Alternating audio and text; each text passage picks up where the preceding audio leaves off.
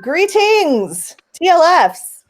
I'm Marissa, and for those of you that don't know me, I'm the secondary ELA district instructional support specialist, and I have assembled a team of experts to discuss and answer questions about technology in the secondary classroom. I was hoping that this would be a little bit of a showcase and a little bit of a discussion. So I have a couple people that are going to share some things with you, and then there will be time for questions and sharing of issues at the end. So if you have a specific problem that you need solved, I guarantee one of us will be able to help you with that. And we can make some connections and hopefully get everyone on the way to a positive experience for the next however long we do this. So to start with, I have a little attendance check-in. And if you could, in the chat, can you see my picture? Somebody give me a shout out. Yes. Okay. If you can please caption this image in the comments, then Heather will know who is here and who to count present in Power School, and we can hopefully have a laugh. Okay, now we can't see anything, and you froze. Yeah. Marissa, I cannot see yours. Okay. Hold on. And yes, Melissa, we will be recording this. How about now? Yes, Marissa, now we can see that. Okay. Caption in the chat box? Yes. What did I say? Comments? That doesn't make any sense. Jeez. Sorry. Oh.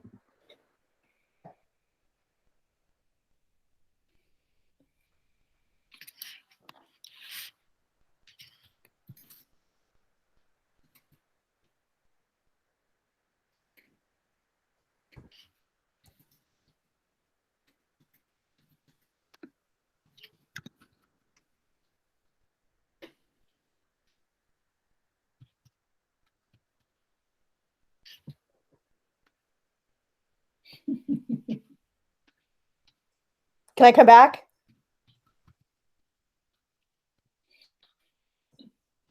Okay.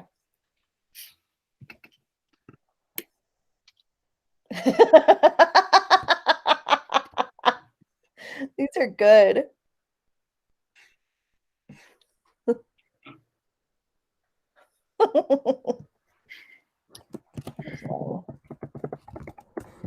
Ah.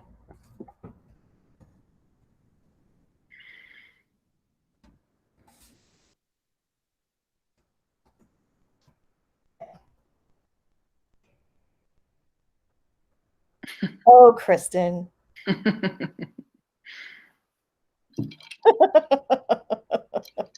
Cool. That was fun. Thank you for indulging me.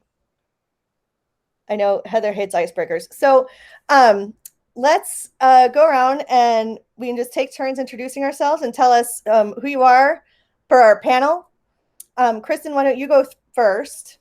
I'm Kristen Garlitz, and I work for APS Ed Tech Department. It's my first year with the department, but it is my 15th year in education, and I've taught everything from elementary library to middle school to high school English, ESL, and yearbook.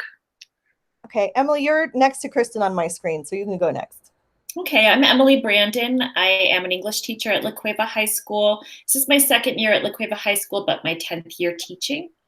And I've been an English teacher, a technology teacher, a yearbook teacher, and a journalism teacher. All right, Dusty? I'm Dusty Griffin. I teach at Cibola High School. This is my 5th year at Cibola, but my 22nd year teaching. Oh, and I teach math, geometry, and AP stats. Perfect. Manal? Hi, I'm Manal Lepsak. I'm at Manzano High School. This is my 12th-ish year teaching. I'm currently in the NAPS program, and I only teach chemistry this year, but I think I've taught every science that is out there. And Heather? I am Heather Summers, and I am the middle school science teacher support specialist for curriculum and instruction. This is my 14th year teaching, but my second year with district, and I've taught all of the math and sciences in elementary and most of the sciences in high school. Okay, so that's our superhero team that we have today. And I want to thank Mary and Andrea for representing CNI also here with us. Thanks a lot. Emily, do you mind going first since I know that you had something prepared? Hi, Shannon. I would love to go first. Awesome. Okay. So everybody, I wanted to share today about rubrics and using them in Google Classroom because they make your life so much easier as far as grading goes. So I just want to show you, I'm going to share my screen.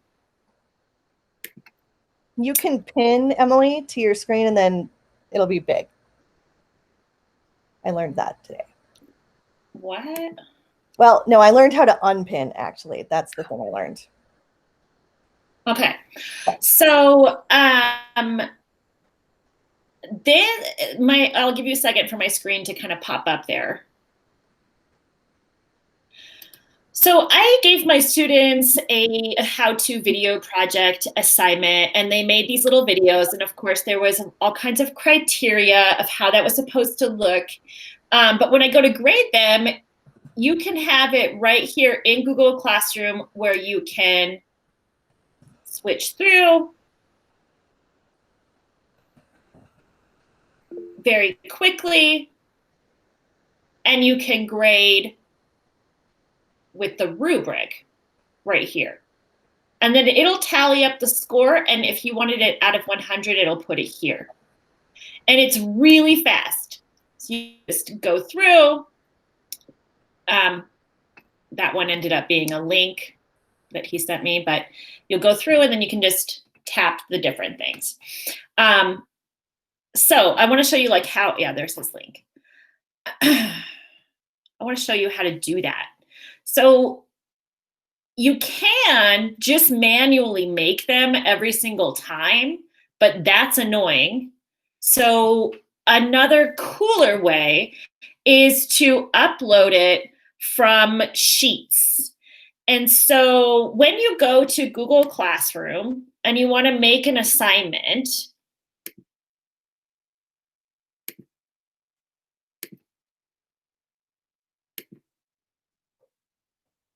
all right, so I'm going to just do my how-to video thing again. And you do all these, whatever, due dates, instructions, whatever you want to do. And then there's the option down here that says rubric. When you click on that, it says you can create a rubric, you can reuse a rubric. So if you use the same kind of thing over and over again, it's awesome to just reuse it. And that's what I do most of the time. But if you're doing a brand new assignment, you can import from Sheets. And it is so clean and so easy, import from Sheets.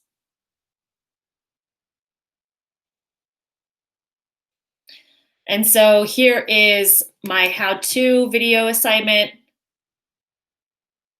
And then see, it populates the list for you.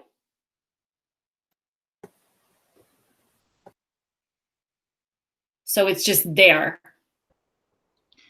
How And do you then give a rubric in the Sheets? I'll show you that in just a second.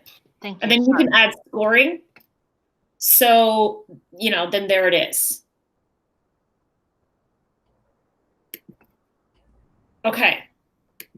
But the only issue is that, you know, like if you were to pull it from Sheets, you have to have it in a certain format. And so usually my rubrics, you know, they're like PDFs or whatever else. So here is my original rubric here. Okay. And this is probably looks like a lot of your rubrics. And so what I figured out how to do is make a template. And so I could just copy and paste from that Word document into the template. And then this will pop into Google Classroom every single time. It makes grading so fast. And so I've used it over and over again. in a bunch of different capacities, all different kinds of rubrics. And then, of course, you can reuse the rubrics once you have them in there, but really just copying and pasting the cells. Sometimes I just do it really simple.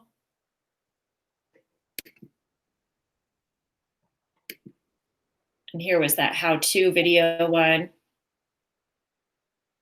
And then again, you can reuse them over and over and over again in Google Classroom for all your different assignments, which does a couple things. It builds consistency in the classroom so the kids always know what to strive for and what to expect. And it makes it easier for you because you're just using those same kinds of rubrics over and over again. So, sorry, can I interrupt for a second? Do you do anything where, like, have you tracked standards progress using that? Because if you had the same like rubric areas, then you could trace their progress from one assignment to the next in the standard. I don't know how to do that, but I did just put in one of my first more standards-based rubrics the other day, and it's for narrative writing. So it will be really easy to look at the standards that way. Maybe. And then, I mean, it's all there, it's all there. You can just look at the information. I love it. And again, it makes your grading so fast as opposed to, clicking through all of those and giving them individual feedback. And just while I'm here, I don't know if everybody realizes this, but there also is a comment bank in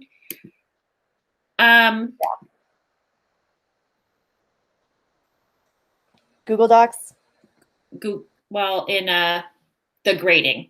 Oh, okay. So you have your rubrics, but then you can also, things that you're always saying to your students every single time, you can add these in, right? Needs evidence.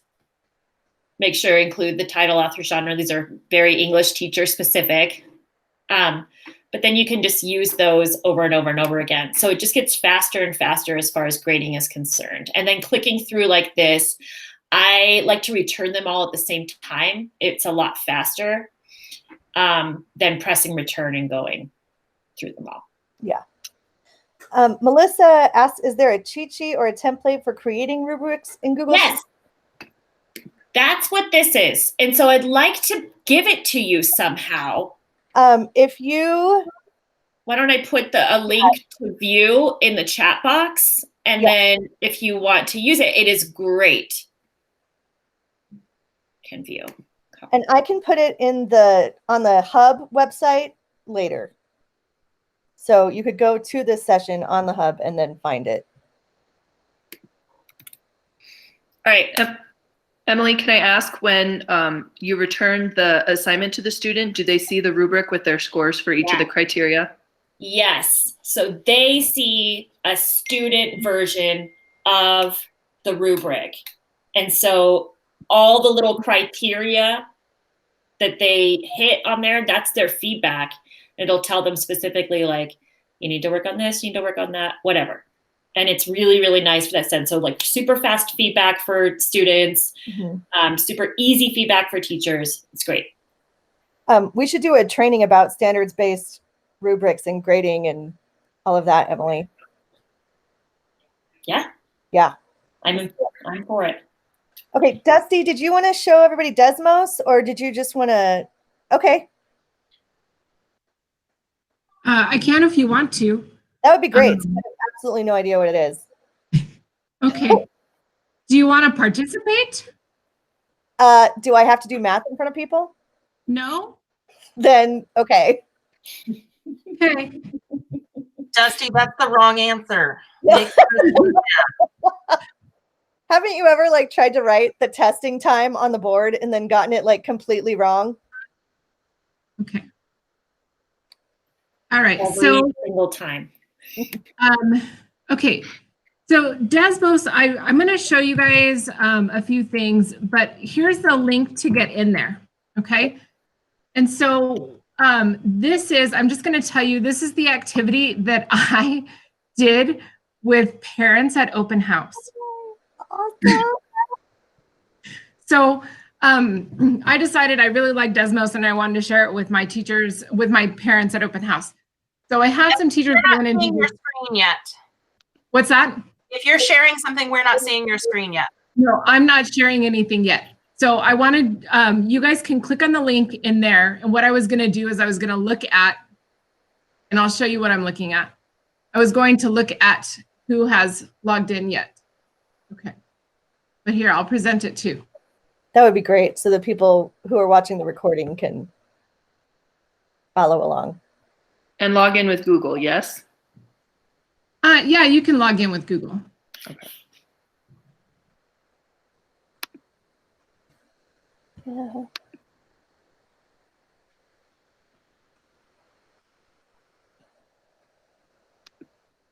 Okay. So, okay, what you guys are seeing right now on my screen, if on the shared screen on the Google Meet, is oh look, I did anonymize them.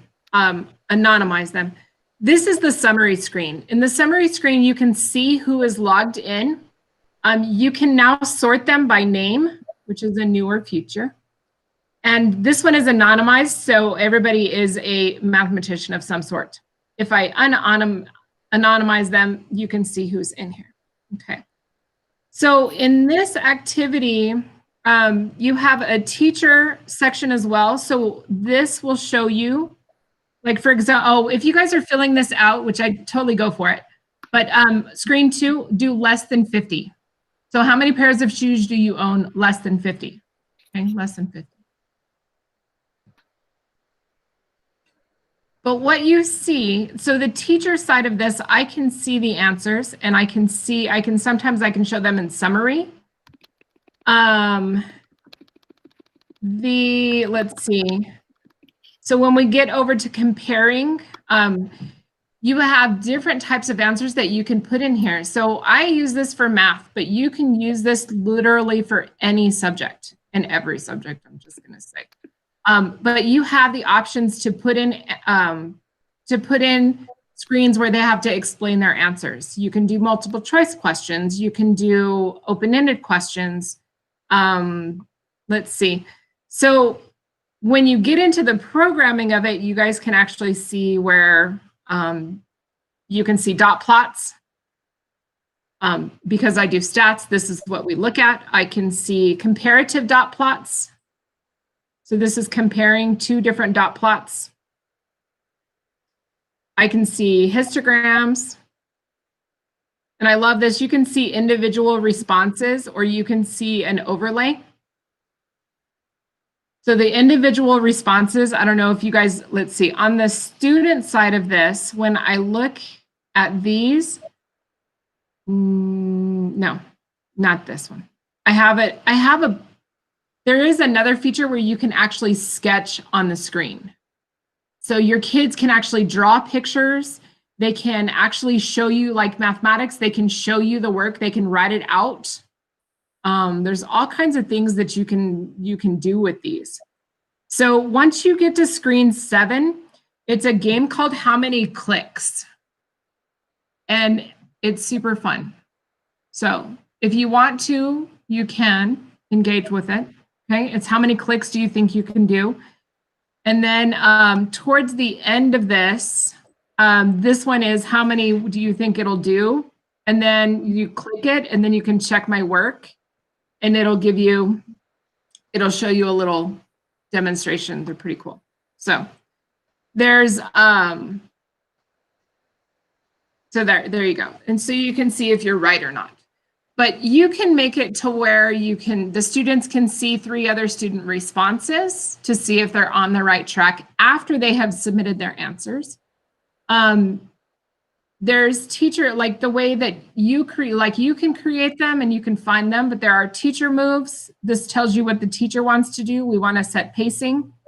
There are sample responses. This is what you would see. Let's see. You have the ability to keep the kids on the same pace. So if I'm doing this presentation in class, I only want them to see 2 screens at a time. When you finish screen 6, go ahead and go to screen 7.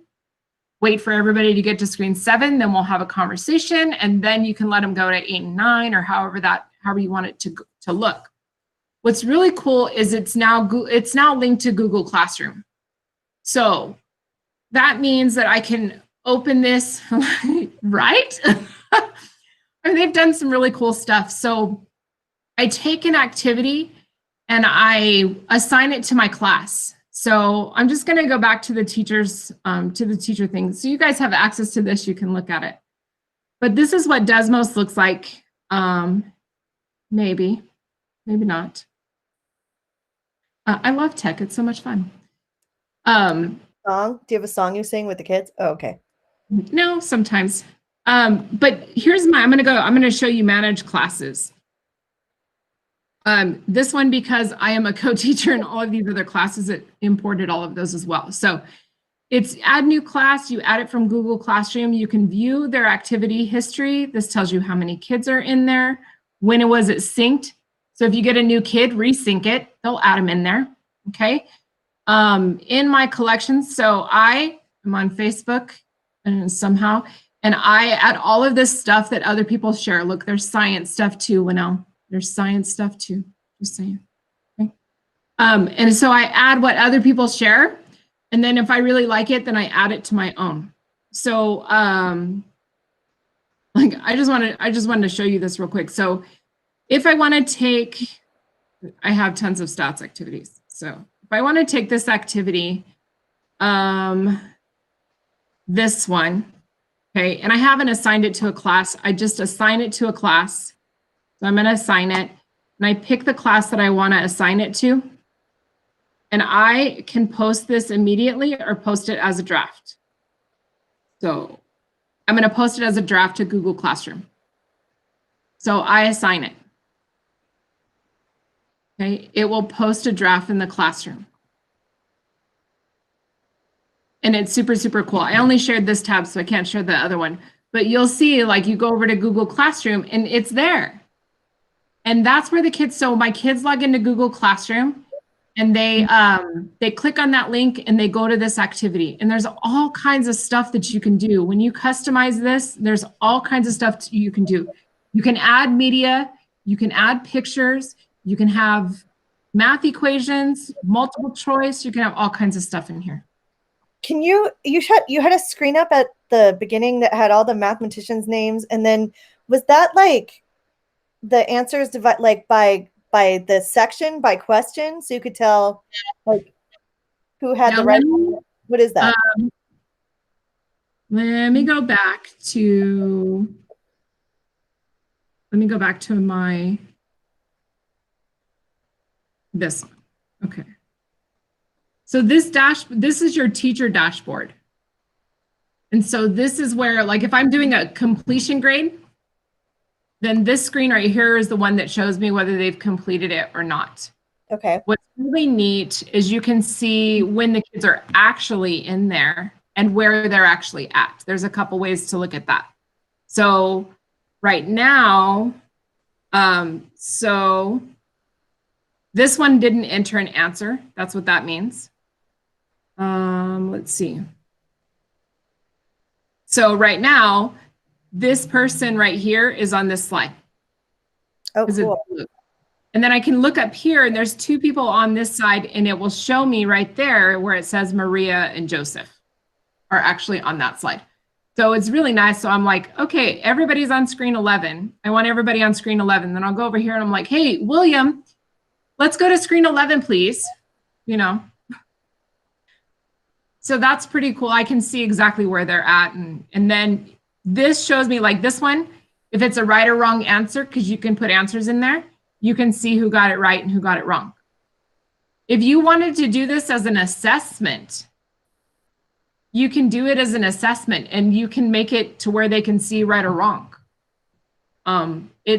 There's a lot of things that you could do with this and a lot of flexibility in it. And if you don't want the kid to work on the activity, then you pause it. So I'm going to assign this to Google Classroom, but I'm going to open it and pause it because I don't want them to work on it until it's class time. There you go. That is an issue that we knew about. Yeah. Emily and I were talking about that just the other day. Thank you. That is amazing. I am going to check that out. That looks a lot cooler than Google Forms. And those of you who know me never thought those words would come out of my mouth. So I love this. You can do like you can do presentation with it. You can do all kinds of things with it. And so whatever you could do in a PowerPoint, you can do on here. And it has a little bit more with flexibility with you can have Dusty, them. Dusty, sorry, I don't want to interrupt, but what is it that you were just showing? Desmos. Oh, I have heard awesome things about Desmos. Oh, I love it. I love it. I love it. I love it. And it's super interactive. Like the kids actually enjoy working on it because they can actually do something. Yes.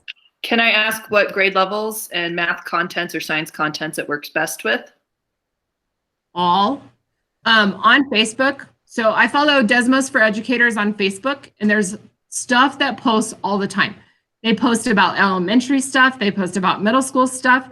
There's social studies people in there, science people, math people, and even English. You guys could see how English can actually use this. You can do, I didn't show you guys, but there's card sort. So you can actually match up cards. That's, I mean, vocabulary and card sorting and card matching, so much fun. And we actually, we do this in geometry because we're doing a ton of vocabulary. That's how we're doing vocab because there's multiple things that you can do. We just did one the other day on transformations where they had to match pictures, right? Desmos has another thing called, I think it's polygraph. And polygraph is so, I just learned it the other day. It's so awesome. You take 16 cards, okay? And then the kids join in and they get matched up with someone else in the class. And one person picks one of the cards and the other person asks questions to figure out which card they picked. So it's like Guess Who. And so much fun. And so then if you finish and it tries to match you up with somebody else in the class, and if you haven't matched up with somebody else, it'll ask you questions like, what could you have asked to make this in one choice instead of 4 choices? Like what one question could you ask to get that answer? You know, and you can only ask yes or no questions. That is really high level synthesis. Like, that's amazing. Yes. Thank you so much, Dusty. I had no idea. Like, amazing. And Dusty, like these cards that they're getting for that polygraph, did you have to create them? So sometimes you do, and sometimes like there's stuff on here. There is stuff on here. I don't think it's as easy to find what other people do because some people are not as willing to make it public than others. And so that's where the difficulty lies. But if you know people or on Facebook and you get them to share their activities, then you can build based on those. So yes, that polygraph, I'm just telling you, that was super, like you can just do like in this teacher.desmos.com, sign up with, Google account, then do polygraphs. And I mean, they just have some good stuff. I'm just saying. That looks so much fun. Is that you, Jeannie, doing the hub? No, it's Heather. Oh, hi, Heather. Yes, again. Okay. So yeah, that's great. I love that. I'll have to check that out. All right. When do you want to go? Yeah, so I think we're going to switch gears a little bit here. I wanted to talk about how we're supporting our teachers and how we're supporting the staff right now. We all know that there's like a billion apps out there and there's a billion super cool things to use, but we have a lot of teachers who are still just struggling with like getting Google Classroom together, managing their meets, managing workflow. So our TLFs have really focused on supporting the staff, and we're doing that through a couple different ways. We have a pretty free schedule that has built-in collaboration time in the morning on Mondays for the teachers. So during those Monday mornings, we're offering collaboration circles or critical friends protocols, looking at student work protocols. So the staff has an opportunity to connect with each other and present problems of practice that they're having right now. It's been really successful in getting people feeling more connected. So that's been a really big support we've offered for our teachers. The other thing the TLFs have done that has been really helpful is we have open office hours that staff can come in for tech problems or problems of practice. And those are some of the things that we have found at Manzano to be really helpful for everyone. And the protocols we're using are they're really public. They're the National School Reform Protocols. Critical Friends has been around forever. So it's not something new that teachers are learning, but they're able to bring up problems and get solutions together, if that makes any sense. Yeah. And we also have been doing circles of influence on our professional development days for the staff, because we kind of took the temperature of the staff, and people are incredibly isolated and depressed and feeling incredibly stressed. I mean, teachers are getting angry parent emails at least once a week, even teachers who don't get angry parent emails. And so that's— I don't even have students and I get an angry parent. Yeah. It's been intense. And so really trying to focus in on what agency we have to improve the condition in our classrooms for ourselves and our students. Because there's so much right now that is outside of our control. Getting teachers to really focus in on the problems that they can fix. Because there's so much right now that is outside of our realm of control. And we were finding the teachers were just kind of giving up and shutting down because they felt like they had no agency and they had no influence. And so opening up those conversation lines has been kind of painful, but I think incredibly important. So I think as TLFs, it's really important that we communicate that with our admin, because our admin is really separate from teachers this year. We're separate from each other, and we're really separate from them, and they don't know what this is like. They haven't had the experience of teaching under these conditions. And that's not a criticism of them. They can be excellent admin, but they have no idea what's going on daily in our classrooms. And so when they come in and do observations, they're like, none of your students' cameras are on. Nobody's participating. And we're like, we know, help, and I think that's been instrumental for informing our admin, because I think oftentimes the TLFs are kind of liaisons between admin and the staff. So I think those are the things that we're trying to do on a wider basis at Manzano for our staff, if that makes any sense. Do you have any, I know that this has come up in our meetings talking about helping TLFs and admin collaborate. Can you describe, do you have a meeting with admin after, what do you do? So I think that's a really tough one. Most of mine comes into play because I'm in the NAPS program, so I'm an admin intern. So I go to the leadership meetings and I have admin responsibilities. Mm-hmm. And so oftentimes I become kind of like the figurehead for all teachers, which is not fair to all teachers because I don't know what's happening in everybody's room. And that's I can't speak for everybody. But we always invite our principal to our meetings, and we do it through Google Calendar invites. And we have a weekly lunch that she's invited to where we typically just eat lunch and just chat. But I think a lot of it is being a squeaky wheel, mm-hmm. Like a kind, friendly squeaky wheel, but always squeaking. And we ask for PD time every staff meeting. So we're just constantly directing the staff professional development and trying to make it a way to open up our doors for this admin to see what's happening in our classrooms. Dr. Webb, are you still here?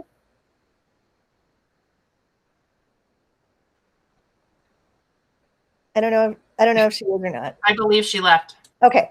I was going to say maybe she could offer some advice, but Karen and Amelia have both offered to maybe facilitate TLF admin meetings if there is some sort of discomfort there, because I know that especially if you're new to the school or a new TLF or whatever, that's a really tough position to be in. And we've said that we'll go to admin meetings, but they're like, no. But they have offered to do that. So if you have a need at your school for someone to come help you to open that line of communication, email one of us and we will try to make that happen. Okay, I don't think I asked anyone else to prepare anything. So if you have an instructional problem or issue that you're having, would you be willing to share or put it in the chat? And then maybe we can put our heads together here.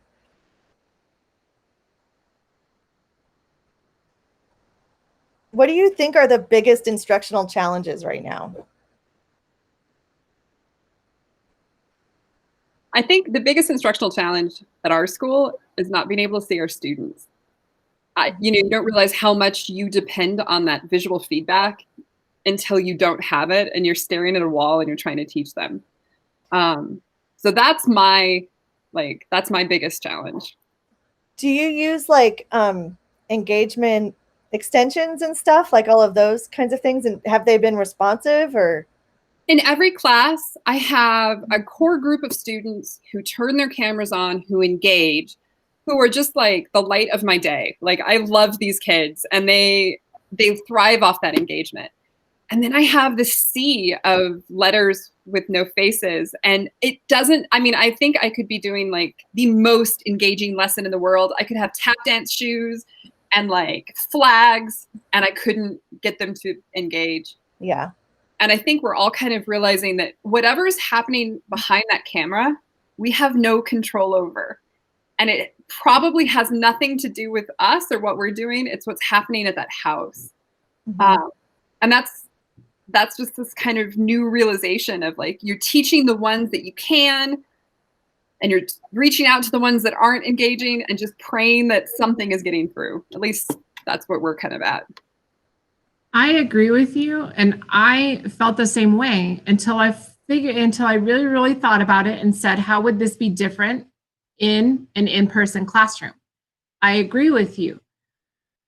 But on the other hand, you have students who are quiet, who never talk, who never do anything. They are your bubbles. Those are your bubbles. And so it does happen. I think what's totally different is that you can't go over them and physically check in on them like you would in a normal classroom. And I completely agree. You're absolutely right that we have no idea what's going on behind that bubble. We don't know if they are they there? Are they listening? I don't know. At least in the classroom, I know that you can see what I'm saying. I know that you can at least hear what I'm saying. So it is the struggle. But these are the kids who would be quiet normally. Dusty, we were talking before everybody got here about how you use Goguardian as a tool for that. Can you talk about that again? And then for those of you that don't know, Kristen is a Goguardian person now for EdTech, and there's another session coming up soon to learn how to do it. So go ahead, Dusty. Thank you. I had a conversation with a kid. So I open up Goguardian and I can see that a kid is working on YouTube. And so I opened the chat feature and I just messaged her and I said, hey, shouldn't you be working on math? Is there anything I can do to help you? And she said, oh, I was just looking for a song, but yes, what am I supposed to do next? And I said, well, we're working on the Khan Academy. Do you know where to go? Yes. Okay. Make sure you click on here and click on that. And I can see what she's seeing, which is very helpful for me, because if not, I'd be like blind. Can you see this? Mm-hmm. Well, you should see something like this, shouldn't you? I don't know. But it's helpful for me to see what they can see. And so I helped guided her, and she ended up chatting me back saying, thank you so much. I'm so glad that you did this. It was very helpful. Using Goguardian to be able to have some of those conversations with kids in a positive way that you wouldn't normally, you would not call them out in a Google Meet, you wouldn't call them out in front of the class, but you can have those private conversations by using Goguardian, and nobody else knows.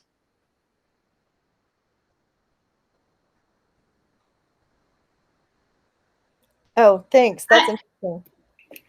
I've also been playing a lot with the cameras on, cameras off kind of games. And at first I thought of it like a very elementary school kind of thing. But when I did it with my seniors recently, and their faces were like huge smiles. They were having so much fun. And it kind of got some of those kids, because I would say, everybody's camera on. Okay, wait, and call out a few people, cameras on, cameras on, cameras on. All right, and then, all right, I want your cameras off if you have brown hair or whatever. And just like until you get a small group in front of the class, and then you can have like quick conversations with those kids, and then everybody put their cameras back on, and then do something else, some other little filter. And it's kind of getting them more engaged with the camera and a little bit more comfortable having it on. And so that, since I've been doing that, that's been a little bit of a fun, quick way to engage students. I wonder if having certain times where, like, it's kind of like the whole listening to music argument, right? Where sometimes it's appropriate to have your camera off and sometimes it's not. Maybe that gives them a little more flexibility, and a little bit more, I don't know, buy-in's not the right word, but like faith in the process. I don't know. I have the same problem as administrators because I'm not doing this like you are. So tell me what that is like. And I can answer the questions that are pulling up in the chat. That might be quicker than Yeah. Tina and Karin trying to jump in. So the first question was about blocked websites. Some websites are blocked from APS's filter. If it's an educational website that you would like to be unblocked, you contact EdTech and we can unblock it, assuming that it is still safe for student use. There are some that don't get unblocked. A teacher recently asked for jigsawplanet.com to be unblocked, and we decided no because there were sexy jigsaw puzzles. Who knew that was a thing and why it needs to exist? But there you go. So there are some websites that we will unblock. Some are a little more complicated, getting student testing, AP testing. There's like a whole kiosk mode for that. So some of them are a process, some of them are just as quick as a button that tech needs to click to get them unblocked. And then Goguardian is goguardian.com, and you log in with Google. EdTech has documentation on how to get set up with Goguardian. There is a session right after this at 2. Marissa, do you know? Is it at 2? Yeah. Yeah. And so we can go over Goguardian there further, but it's just goguardian.com. If you're fairly decent at computers, it's pretty easy to set up, but we've got documentation and there's a session coming up. So I just wanted to answer those. Thank you, Tina and Karin, for jumping in. You guys are awesome. They're part of our EdTech team also. We have 2 minutes left. That went really fast. I want to thank everyone that shared and presented, and it's so nice to hear about what's going on in the classroom, like from people who are there and not from parents and media and people who think that they are experts. So this has been really great. Is there anything else that we can do for you before we leave? I will put Emily's Google Sheet into the materials for the summit later this week. Is there anything else that we need to put there? Oh, that would be great. I would love to come to some classes. I would absolutely be completely lost in stats, but I would come if you would invite me. But yeah, I know that the members of the CNI team also would love to come to your classes and see what's happening and be with children. Please invite us to your classes, please. That would be great. Yeah, I know your class is always open. I need to come and I feel bad that I haven't. So yeah, go ahead and invite us if you want, or we'll come to your TLF meetings. Like, just we want to get our hands dirty too. So thank you for letting us all into your classrooms and for coming to our homes today. And I hope that you have a really productive, meaningful day at the summit this month. Thank you all. And a lovely fall break. Yes. Rest up, guys. Can I ask a quick question? Please. I have Goguardian set up on all of my Google Classroom Meets. I have the nod and the push to talk extensions in there. And in some of my classes, it's there. And in some of my classes, it's not. Why? You mean you have the links posted to your Google Classrooms? No, I have the extensions set up for my classrooms. I have Goguardian set up for each of my classrooms. And in some of my meets, I've got the little blue shield for Goguardian. And in some of my meets, I don't. but also my extensions from Google. In some of my meets, they show up, and in some of my meets, they don't. And I've set it up for everything, and they worked for a long time. And then all of a sudden, they stopped. It was almost like it had been scrambled. So Yeah. in some of my Google Meets, students I can't silence students. Like I had a student the other day that was crying, but he was mad at somebody else off screen and yelling, and I was trying to mute him and I couldn't. And the Meet links are generated through my Google Classrooms. And your Chrome is up to date on your computer? Yep. And it's weird because it's any computer I'm on, it's doing it. May I ask a question? Sure. So the shield at the bottom of your Google Meet means that you're the host of the Meet. The Goguardian isn't linked to that at all. Right. It's like my hosting stuff got changed, but nobody's going into my Meets before me. Can I make a recommendation? Sure. Hey, Melissa, do you have a account under Gmail under a personal account? I do. I bet it's because you're logged in incorrectly. So log out of your personal account. Everything is on my Google Chrome with my APS credentials. I'm having the same issue, and I use the same Google Meet code every time. Okay. Yeah. I'm going to share what's probably happening then. No. Gee, Okay. thank So God. Google Meet, what we had is Google Meet beta. We didn't even have Google Meet, to be honest.